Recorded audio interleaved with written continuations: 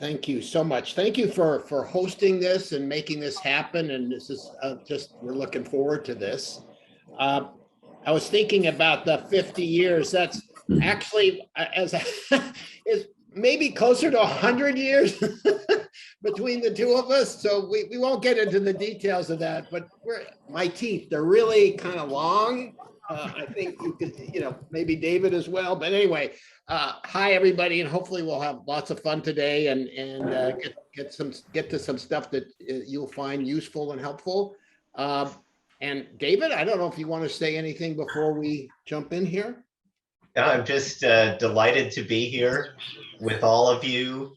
Look forward to sharing, look forward to hearing the questions that you have and making this as engaging for all of us as possible. Okay, good. So hopefully I can handle the technical stuff here, and I'll go to share. Oops. Okay, where's my thing here? There we go. Can you see this? Are we good to go? Okay, that's a milestone. We got the PowerPoint up front. We can. So we, when we first discussed this with Tracy and Alexis, we conceived of this as really a conversation with a couple of guys that have been doing this for a few years and sharing what we've learned, the good, the bad, and the ugly, and any insights, and then also having the opportunity to have conversation with you. So welcome. Our goals are really pretty simple. One is to do a little bit of a review and overview of David's best-selling book, particularly the change framework that's built around. So we'll lead off with that, and then maybe get a chance to take some questions about that you might want to ask. We came up with a set of frequently asked questions, and so we thought maybe we would present those to you and then see which ones you might want us to take on, and we could do that together. And then depending on time, we might have a chance to do one or two. I'm pretty sure we wouldn't be able to get to all three, but some case studies, some examples of our work over the last few years, I guess. So I guess first thing is a poll, which is to learn a little bit about you so we can kind of pitch it appropriately, which is, and then I guess hand it back to Alexis to run the poll. But here's the question we're asking, which is what's your current level of experience with systems thinking? This is all pretty new. B, you've read some. C, you've studied it, tried some stuff out. And D, you're doing it often or regularly in your work. So we will wait for the poll up, which magically do. The vast majority are C and D, which is well over whatever, almost 60, 70%, almost 80% of the total, which is you're not new to this, and you're working with it. So that's good.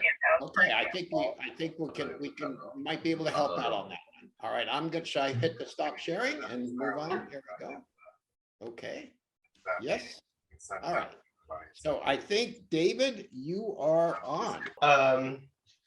Back, systems thinking, the way we know it today, was popularized perhaps best by Peter Senge in the Fifth Discipline.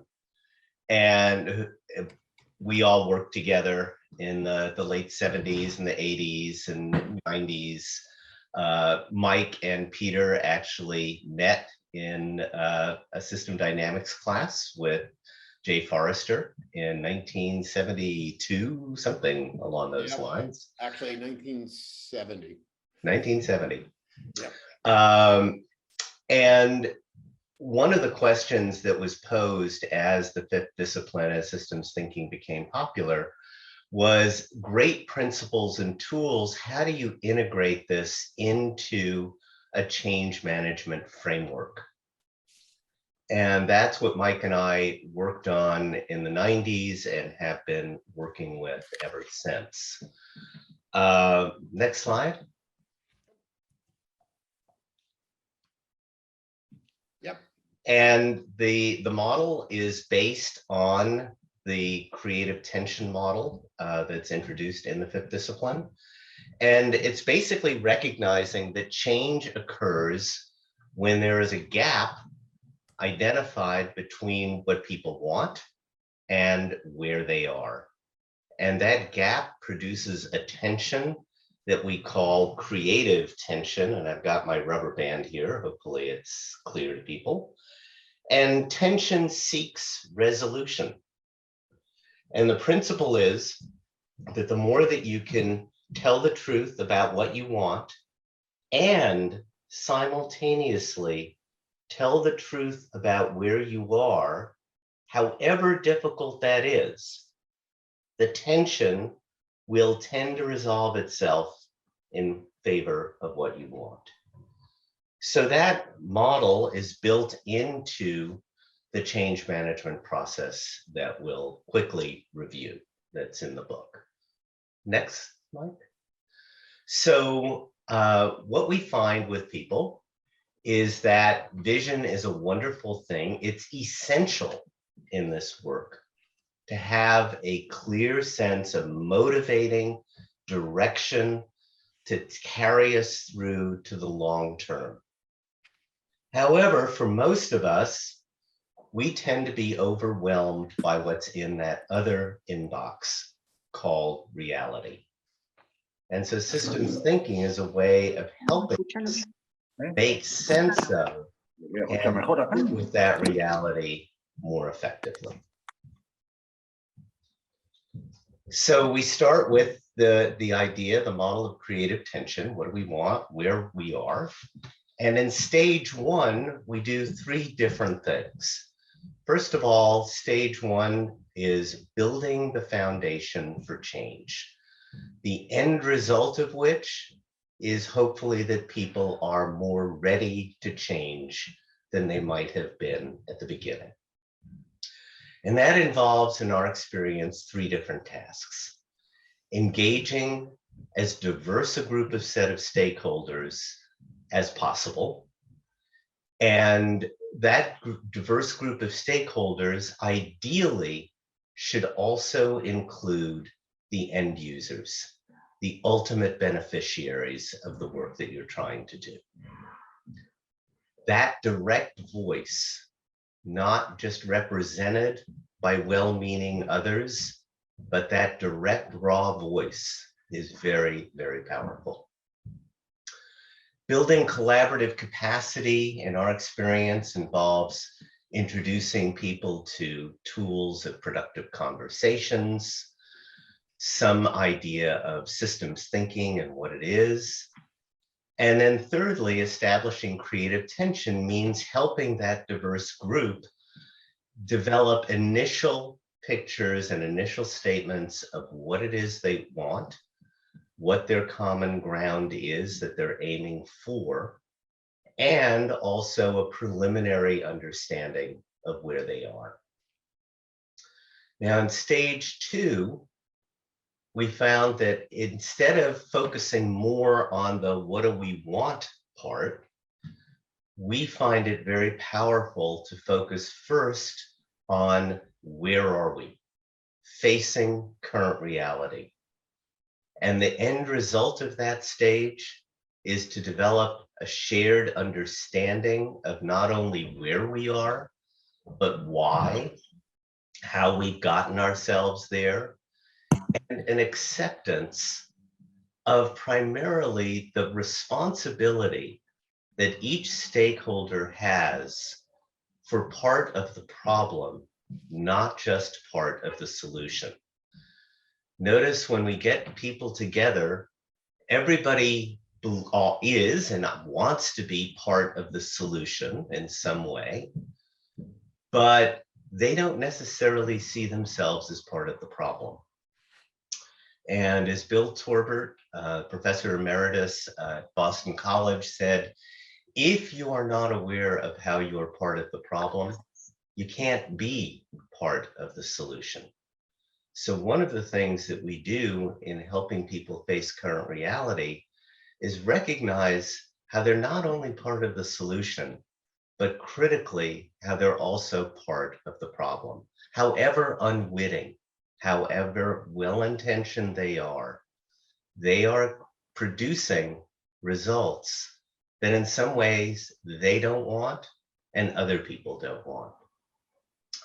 So the three tasks that we find are useful in helping people do this are gathering data to stimulate curiosity about why, despite our best efforts, we are not getting the results that we think we should be getting. And we usually do that through interviews as well as secondary written sources where we can get them. Developing the systems analysis, and then most importantly, or equally importantly, building support for that analysis, recognizing that people don't necessarily want to see how they're part of the problem. They just want to be part of the solution. So there's a lot of emotional intelligence, I would say, that goes into this work. It's not just doing the mapping, but it's engaging stakeholders every step of the way in developing their awareness, their understanding of their role in the situation. Let me just see if there's anything else I want to say about it at this point. Actually, I think the cartoons will handle this in a moment. Let's go to the third stage. Mike, thanks. So one of the things that people discover when they face into current reality is that no matter how dysfunctional the system appears to be, it's always working in some way. And Tracy told us yesterday the source of the statement that systems are perfectly designed to achieve what they're achieving right now comes from a Dr. Paul Batalden, who worked at the Institute for Healthcare Improvement, if I understand correctly. So this is kind of a surprise for people, because they complain bitterly about how dysfunctional the system is. It's quite a wake-up call to discover that actually there are payoffs to the status quo. It's not just problematic. There are benefits, at least in the short term, to people doing things the way they're currently doing them. So what we want to do is help people understand the case for the status quo, which emerges naturally from understanding why the system behaves the way it does. Compare that case for the status quo with the case for change, the vision, the costs of not changing, and help people make a choice. Sometimes, of course, we want, we'll be able to get the best of both, the best of current reality and the best of what we want. Often, however, the way that systems operate is we're faced with a choice. Which is more important to us?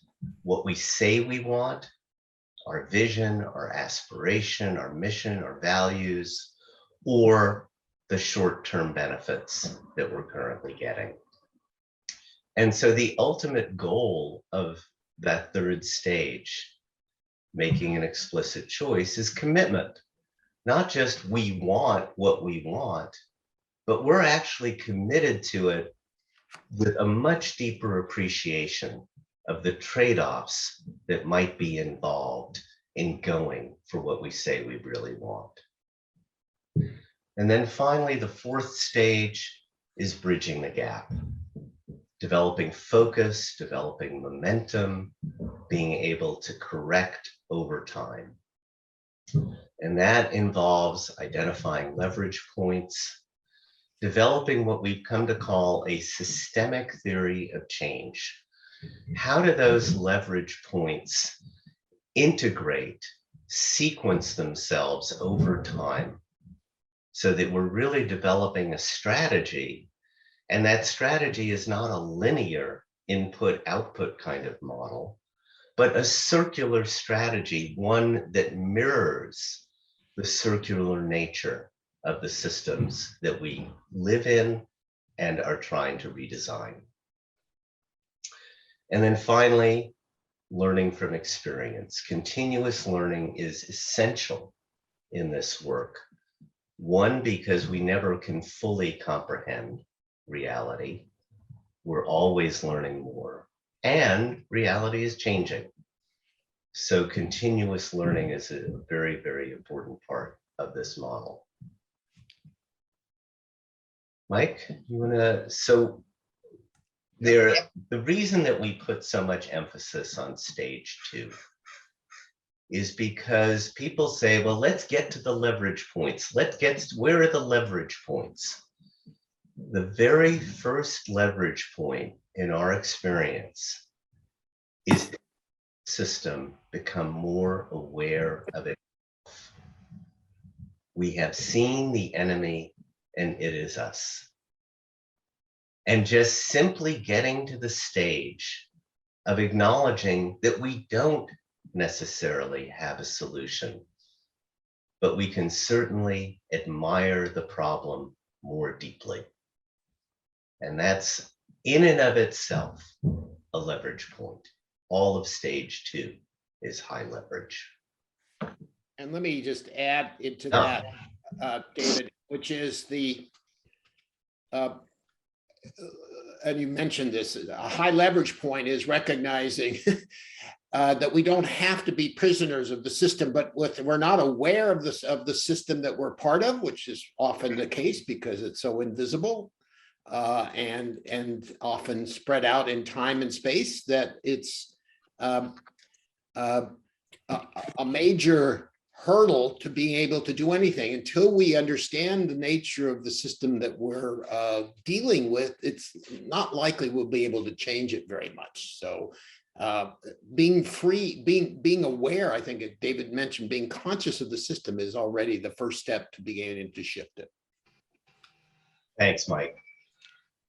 And one of the challenges in helping diverse group of stakeholders become aware of that system that they're in is epitomized by the Sufi story of the blind men and the elephant. So most of you, many of you might be familiar with this. The story's been around for at least 1,000 years. Different blind people touching different parts of the elephant and swearing that the part of the elephant that they touch is the whole thing. If they're touching the leg, it's a tree trunk. If they're touching the trunk, it's a snake. If they're touching the hair, it's a brush, or the tail, it's a rope. And yet is there another part of that elephant, Mike? There is. Oh my gosh, there it is. Yes. So this, of course, is the part of the elephant that a lot of people experience. We put them in a separate room, however. So the challenge is to help people recognize that they all do have a legitimate partial view of the way things are. But none of them typically are able to see the whole thing. And even if they are able to see the whole thing, they'll never be able to convince everybody else. Helping people move to the point where they get a more comprehensive, it's never going to be complete, but a more comprehensive understanding of that elephant is a major, major contribution to an open system, which are the ones that we typically work in. Mike? Yep.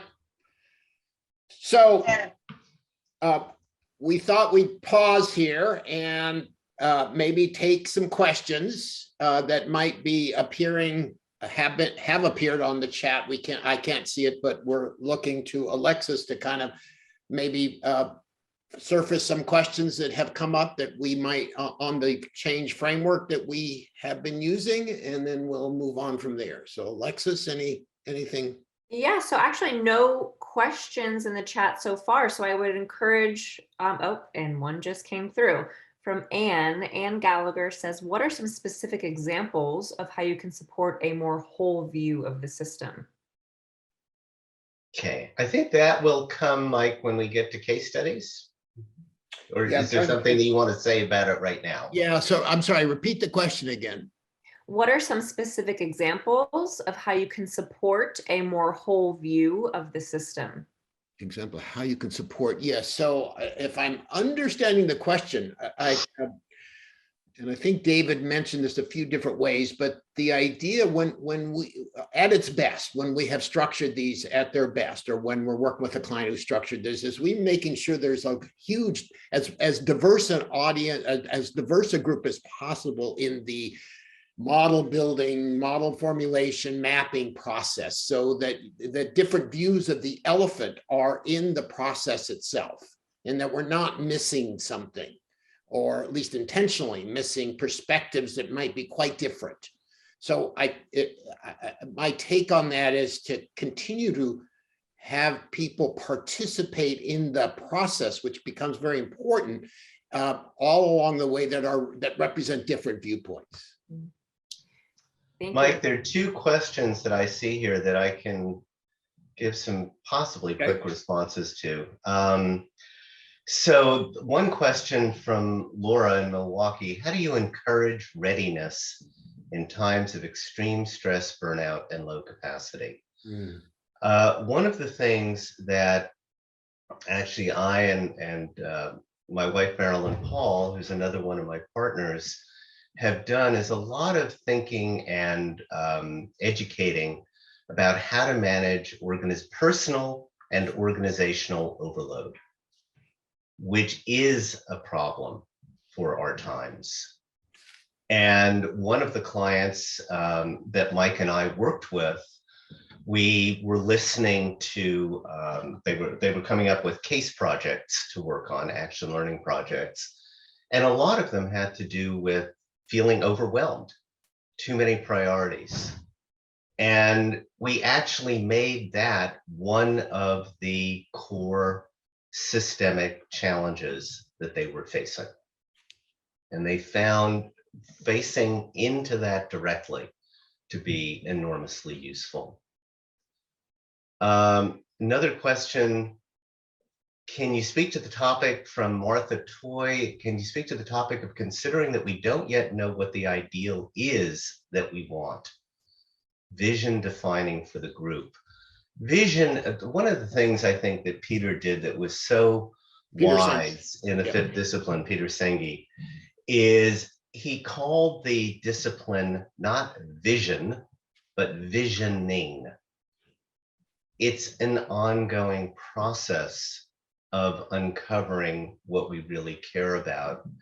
And as we know, as individuals, it's something that continues throughout our lives. I'm now at a stage where I'm asking that question again. What is it that I really want for the next stage of my life?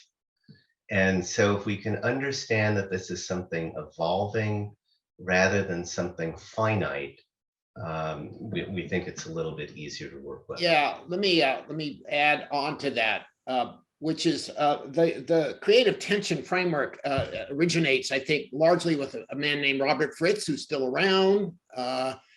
And he's written some wonderful books, and you can take, I think, still take courses in, and a lot of us were steeped in that way back. And the language around visioning, it's less about ideal and more about what is it that we're passionate about? What is it that we truly care about? What do we want? And not because of not any particular criteria, but because it's important to us. It's critical. It's something we want to have happen, and we want to have in this case, for our organization or for our team, as opposed to the ideal. It might be close to that, but it might be quite different. So it's very much driven by what we want rather than what should it be. It's a different question. Now, interestingly enough, some work that another colleague of ours, Adam Kahane, has done over the years in very conflicted situations where it's very hard to create a shared vision. He has used what he calls transformative scenario planning to mobilize people toward a shared direction. And it's not necessarily the direction that everybody would consider ideal, but they recognize that if they don't go in that direction, all of them, all of their interests are going to be hurt or undermined. So it may not even be the ideal, but it's the preferred scenario in relation to a lot of others. Question from Nathan: the definition of a system we're using comes from Danella Meadows. And one of the reasons I love that definition is she said it's an interdependent set of parts designed to achieve something. Now, this is Danella Meadows, my gosh. I mean, you know, a luminary in the field. And you ask yourself, is that the best she can come up with? It's designed to achieve something. But to me, there's enormous insight in the vagueness of that word. And it relates to this question of choice. What is the system currently designed to accomplish?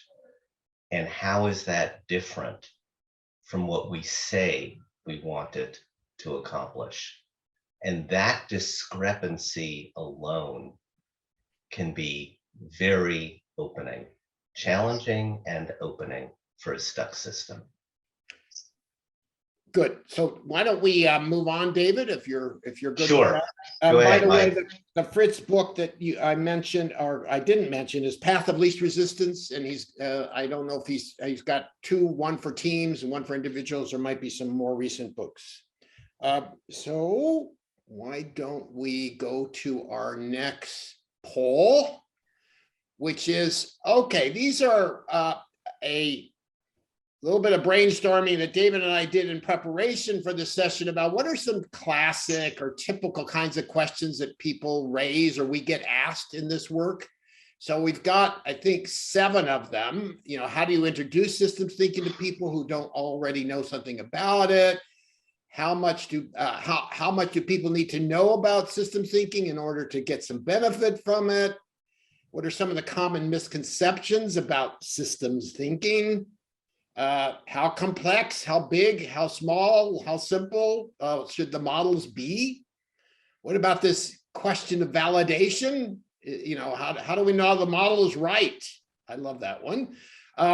What do you do if people don't like what they're saying? And the last one, at least on this list, we obviously could do a lot more. How does what we're doing, systems thinking, and I think what many of you are doing from what we know about you, different from the more traditional systems dynamics modeling that is really the foundation, the bedrock of all this. So Alexis, if we can bring up the poll, and I guess pick one. Yeah, since we have such a large group, I think just pick your top or one of the 7 that you would like us to talk about. We probably will get to be able to do maybe a couple, 3. Yeah. And I'm watching the numbers come in. We'll give it just a moment. Great.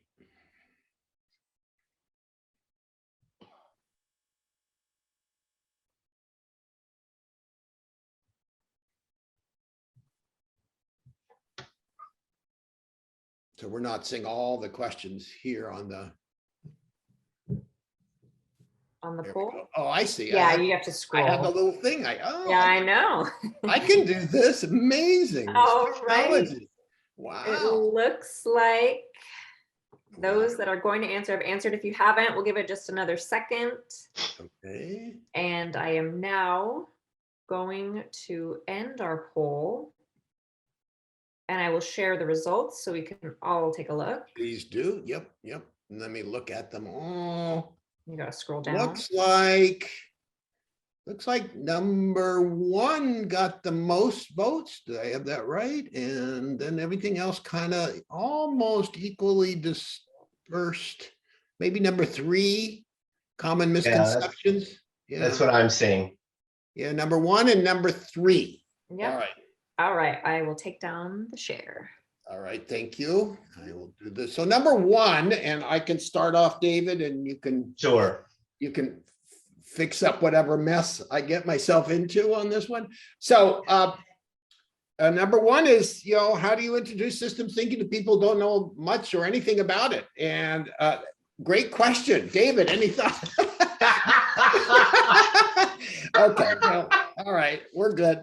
So one of the things David and I like to do a lot, and you've seen a little bit of it, and you're going to see some more of it, is use cartoons, use visuals, use stuff that people can quickly relate to. You don't have to spend a lot of time explaining or talking about. So that's a biggie to bring people on board. I've had this aspiration for much of my professional career, which is pretty much has been entirely focused on systems thinking and organizational learning, that I would get to the point where I could do a presentation with nothing but cartoons.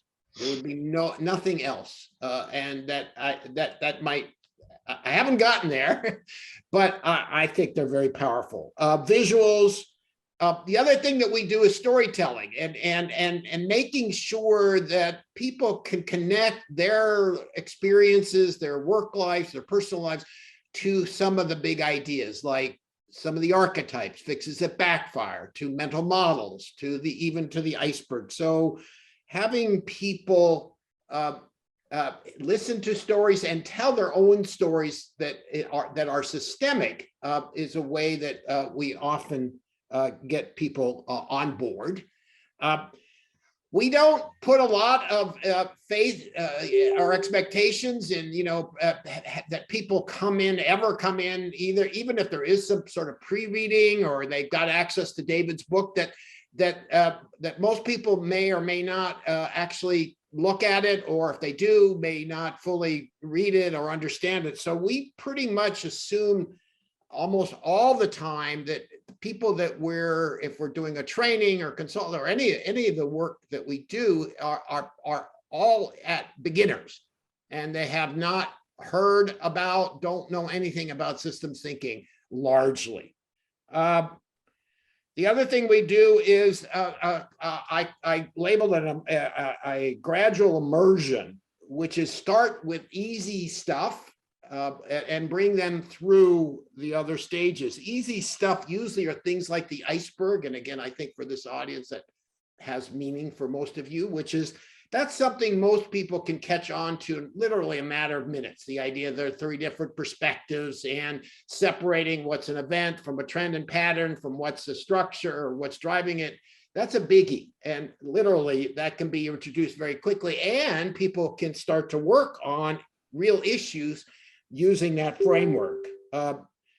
The other thing we do, and we're going to talk more about this, is get people as quickly or as soon as possible identifying what the focusing question. What we mean by that is the question that starts with a why or a how come that really drives a lot of the work that follows. In fact, most of the work that follows in terms of what goes into the iceberg, what goes into the loop diagrams, which archetypes you might use, even if you're going to do a system dynamics model. That focusing question becomes important and a way of bringing people through the stages. So David, do you want to add anything on? Yeah, thanks, Mike. I think you've covered a lot of the territory. I want to say a little bit more about the focusing question that you introduced, and then one other suggestion for introducing systems thinking.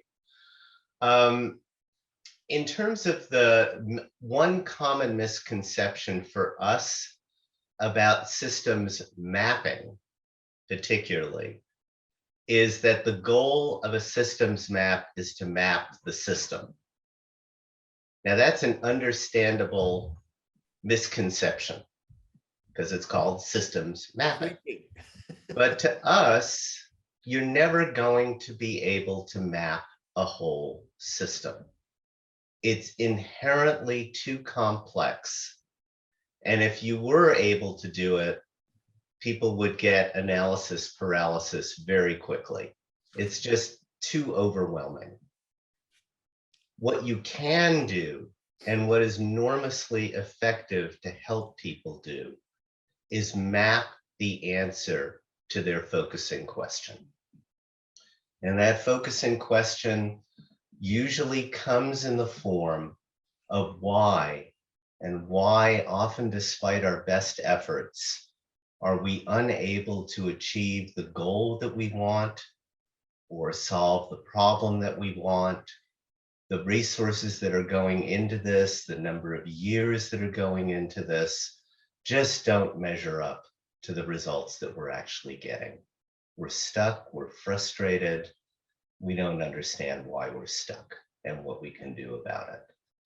That ultimately, to us, is the driver of developing a map in the first place.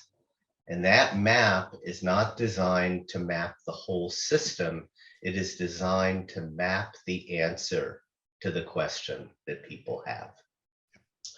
The one other thing that I will say about introducing systems thinking that Mike didn't cover is we have found that some very simple opening exercise that helps people distinguish systems from conventional thinking is really good to use.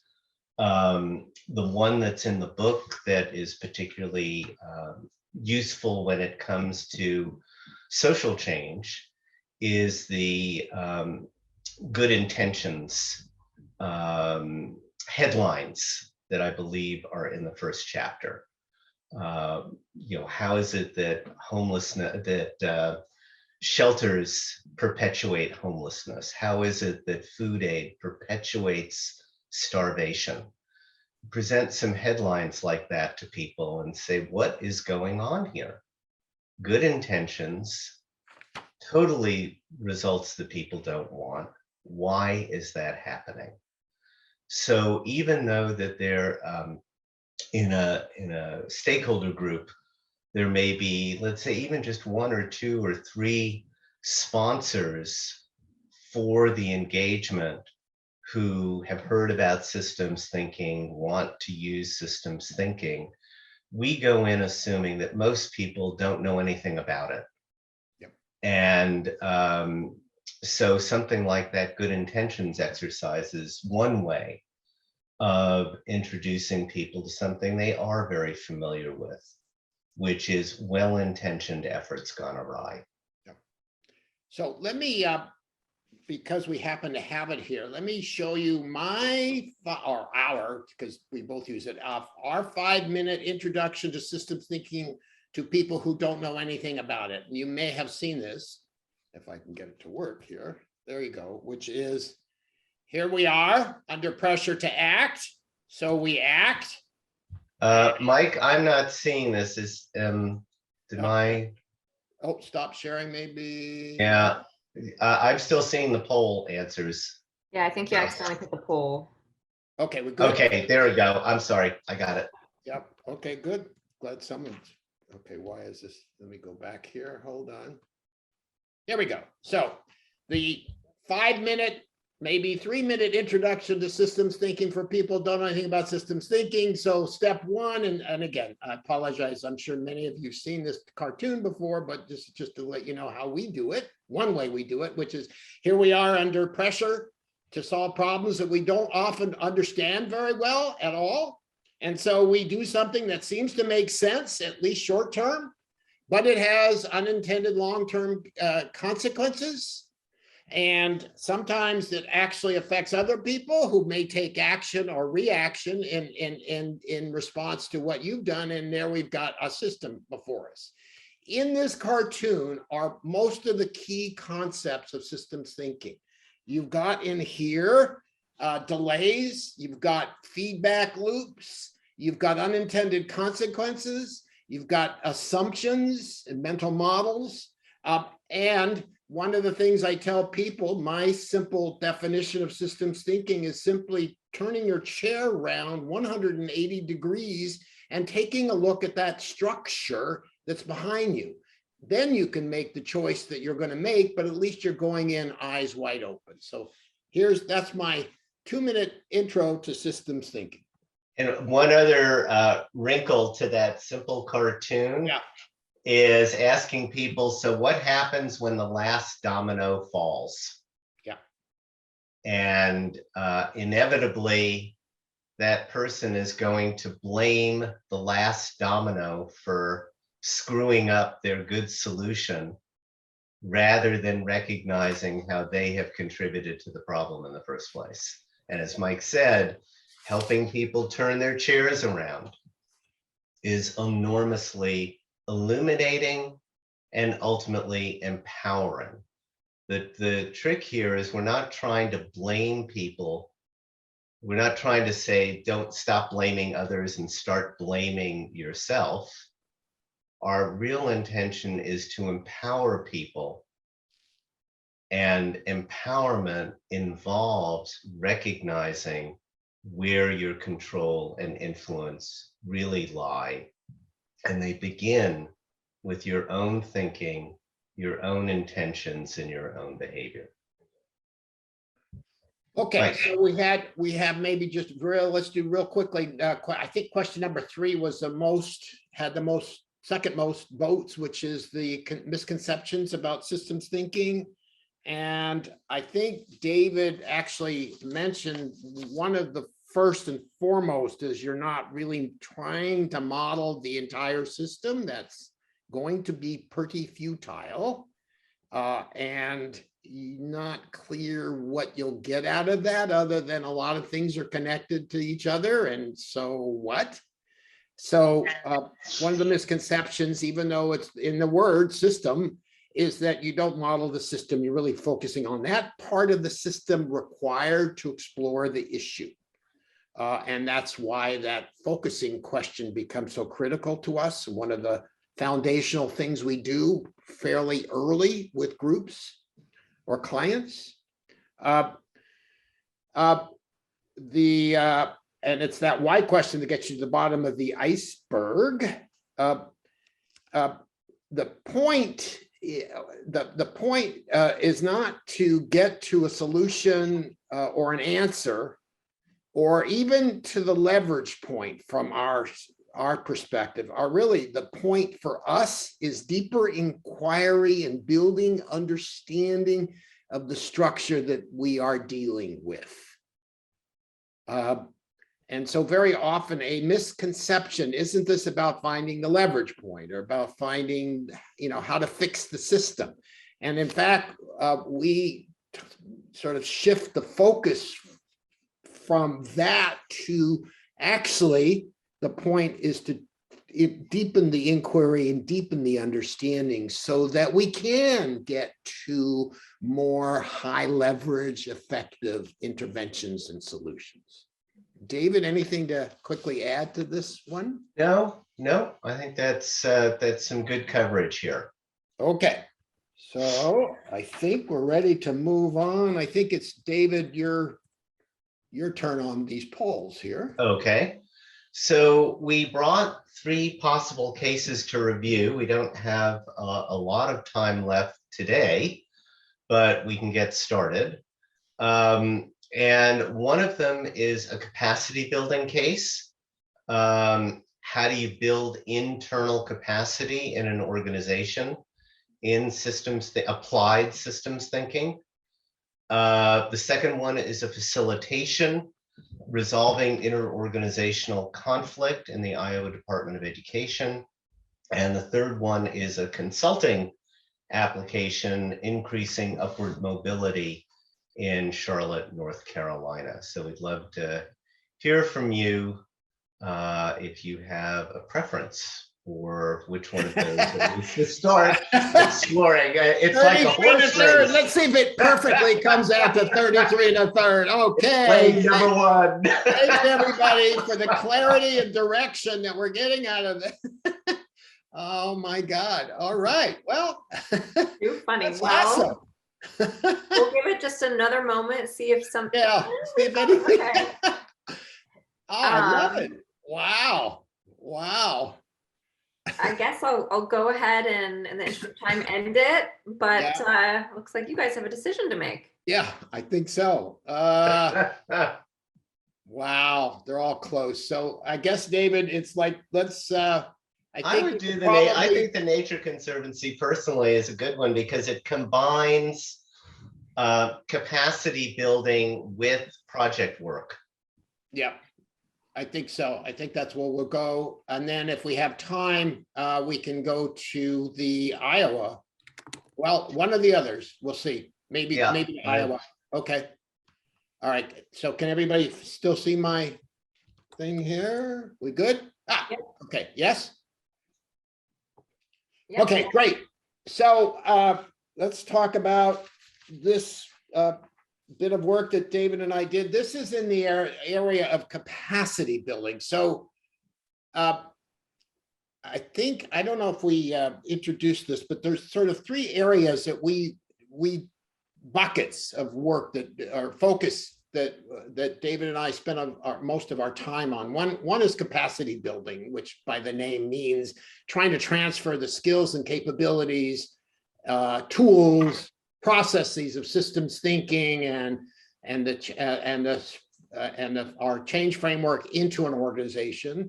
There's another, which is in consulting, where we're not so focused on transferring the capability, but we're doing a lot. We're coming in and helping a client work through an issue and as interactively as possible. And let's see, what am I missing? We talked about facilitation as distinct from consulting.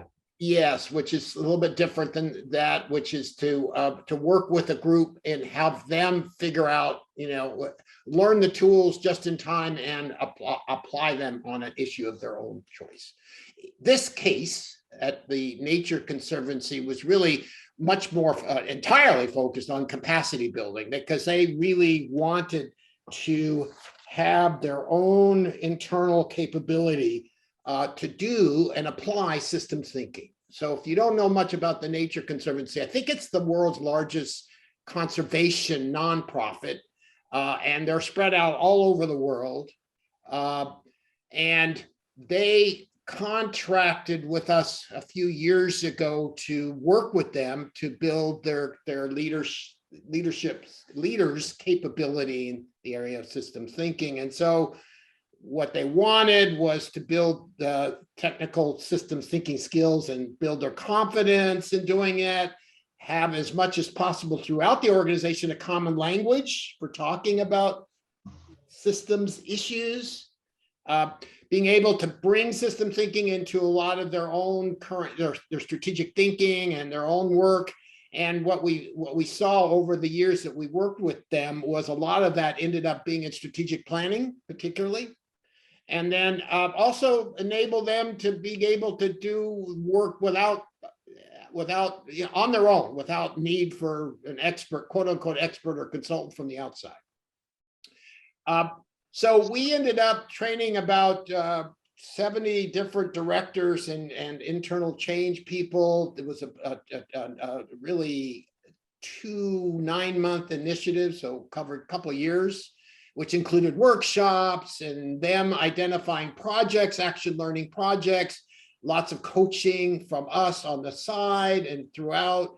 And their applications were just marvelous, and for those of us who are concerned about, who are concerned about the environment and the globe and climate change, these were really spoke to us. So the one we'll talk a little bit about here is around rainforest conservation and development, but there were projects around indigenous people, getting more, particularly people who are very conservative, to kind of connecting with the importance of climate change or mitigating climate change.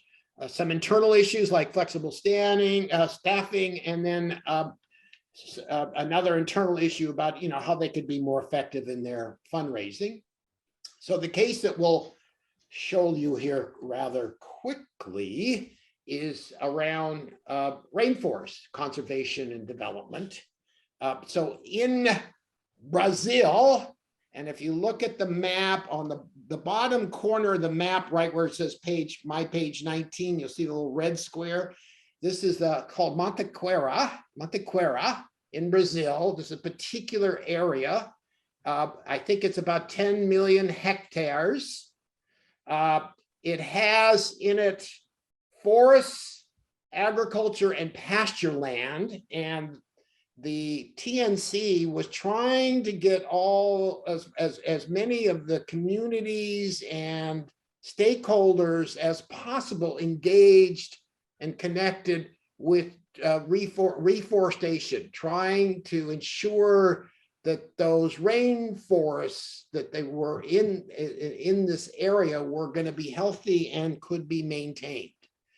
Their focusing question was this one: why haven't the TNC, the Nature Conservancy, been able to scale up restoration in Mantiqueira at a level that would deliver ecosystem services through sustainable and resilient through a sustainable and resilient landscape?